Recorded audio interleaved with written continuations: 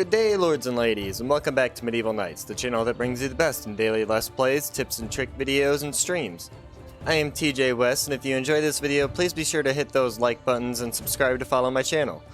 Today, on What the Flax, we're gonna go over settings for your graphics, as well as the new customized feature for a new game. So let's say you just purchased the game, you have it downloaded from Steam or wherever you decided to get the key from, and you're having issues with lag or crashing or what have you.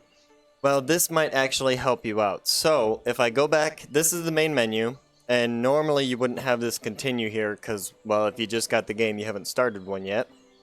Or if you do have one, a continue button, that's just to continue your previous save. So the settings here, right there, and then in here you go to graphics. You can adjust the graphics settings. So I have a pretty decent computer, actually. It is well above the recommended standards for the game, but I still had to lower some of my settings here, and you may need to lower them even further. I even lowered my sharpness by 0.1. So that's just how my computer runs it best, and I was able to reduce the temperature of my graphics card and basically stop overclocking it so it would stop crashing. So that's what I recommend doing for those of you that are getting crashing errors or lag issues. Just mess with your settings and the graphics here and see if that helps you out at all. Okay, now the second thing that we were going to go over is the customize option. Now the customize option is for gameplay settings, and it really only counts to personalize that save file. Now you can duplicate the save file obviously by making a new save while you're in it, but this can only be changed once per save. So when you click customize, you get this menu that pops up here. Days per season is just that. There are 4 seasons per year, and this is the number of days in between the seasons.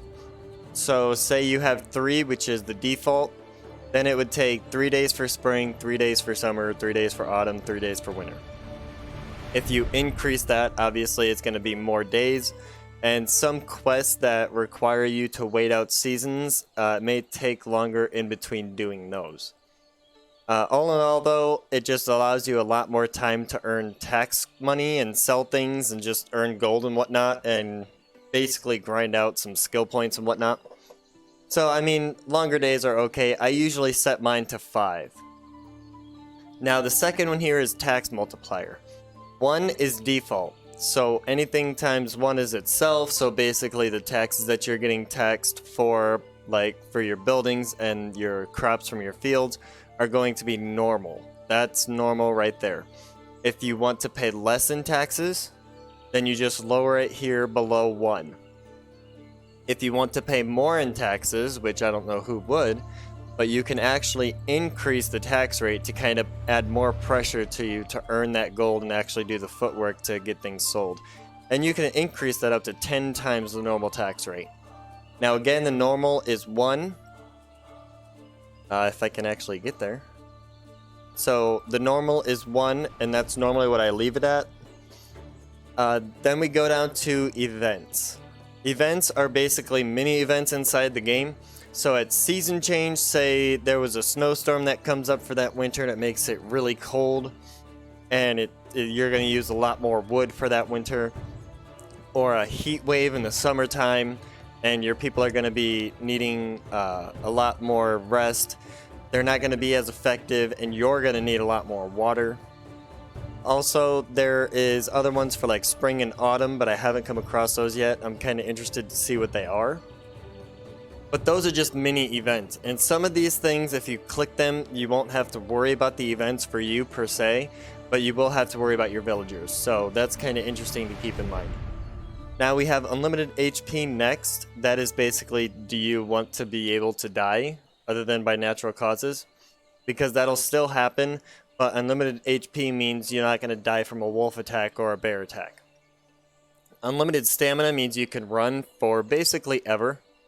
And you can also use your tools and basically build things forever, and your stamina is not going to run out. You can use your bow, your crossbow, It's not going to use up any stamina because you have unlimited stamina.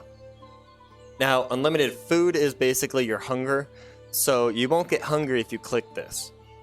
It's okay, it kind of takes away some of the realism, but if you're a new player and you're just getting started with the game, then that might be a route you want to go, just so that way you can kind of get used to the gameplay and then add it in later on with the new save. Same thing with unlimited water here. It just basically means you'll never get dehydrated and won't need to ever drink. I find myself getting hurt a lot by either being starving or by being way too dehydrated. I typically do get to what I need to at the time, so if I need to get to a water source, I'll usually be like, oh crap, and then get there. Or if I need to go hunting and, you know, put a simple campfire down and cook some food and eat it real quick so I don't die, I've been known to do that as well. But those two options right there will take those away. So if you're a new player just getting started and you want to learn the game, and you're afraid that you're going to die because you forget to eat or drink, there are notifications that pop up, but really you could just take that away by clicking those there. Unlimited weight basically means you never get over encumbered. Now it does still state you have a weight limit, but that weight limit is ineffective at that point. So there are tiers if you don't have this clicked, and at 50 kilograms to start with, then you basically become too over encumbered and cannot walk. And then in 5 kilogram increments from there up to 35 or down to 35 is the kind of walk reducer. It's basically hinders you more, so you're slower walking around. So at first you might not really notice too bad other than you can't sprint, but then once you get to like 40 kilograms or 45 kilograms, you really notice a difference in your walk speed. So if you want to take that away and be able to carry unlimited weight, then you would click this here. MPC Food Multiplier, basically if you want your people to eat like normal, you would just leave this at 1. If you want them to eat more food than normal, you would increase it. And if you want them to eat less, you decrease it here. And you can take it all the way down to 0, which would eliminate the need to feed your villagers.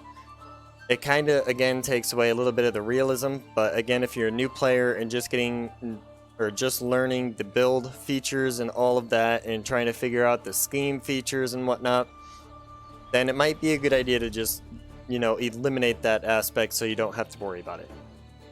Also, if you find yourself with a lot of food, which I find myself having way too much food personally when I play, you can increase how much they need and how much they eat here. 2.0 is double, 3.0 is triple, and you can go all the way up to 10 times, just like the tax multiplier. Anything that has multiplier here, you can max out at 10 times. And then the minimum is 0. Default is 1, that is 1 times the normal rate. Wood is how much wood they need to stay warm in the wintertime and throughout the year. So you can also do a multiplier with that and take that either down to 0 if you don't want them to use any wood or need any wood, or you can increase it by 10 times so they need a lot more wood than normal. I'm just going to leave those at 1 here. The next one is spoiling food. Now, as food is left in a chest or left on you or left in a food storage, it does spoil after so many seasons. So the fastest way food spoils is by leaving it in your inventory. The next fastest way is just leaving in a regular chest, like at your house or at a tavern, the tavern chest. And the slowest way food spoils is in the actual food storage. Now, spoiled food is poison to you to eat. Your villagers will not eat it. And you can actually use it in the barn to make fertilizer, so it's kind of useful. But if you're using your animals to make your fertilizer, then you don't really need the spoiled food. So you could actually click that off and then your food would never spoil. Animals HP multiplier is just that. If you want to make the animals easier to kill, you can lower it. If you want to make them harder to kill, you can raise it all the way up to 10 times, just like the previous multipliers.